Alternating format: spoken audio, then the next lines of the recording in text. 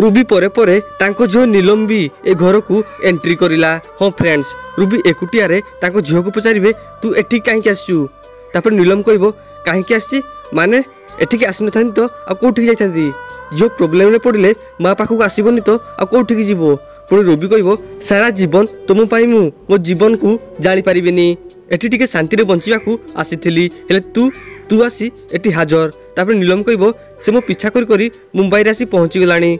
भाग्य भल मु ताठारू खसिकी चली आसी नले से मो जीवन नेबाकू भी पछै नथांता।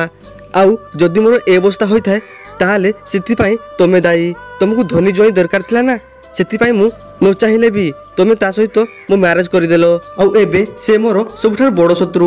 यहाँ पर रूबी कहबो धीरे कह एटा आनंद महापात्र घर तो बोपार महल नुहे।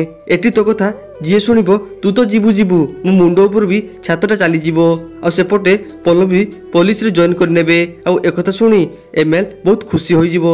आ कहबो मु एबे पल्लवी हाथ रे ता पूरा परिवार को जाली पड़ी पाउंस कर देबी। तो फ्रेंड्स आपण मानु कोन लाउची ए एमएलए भैरव कोन ता प्लान रे सफल होबो कि हो कि नाही हमु कमेंट करी निश्चय कहंतु।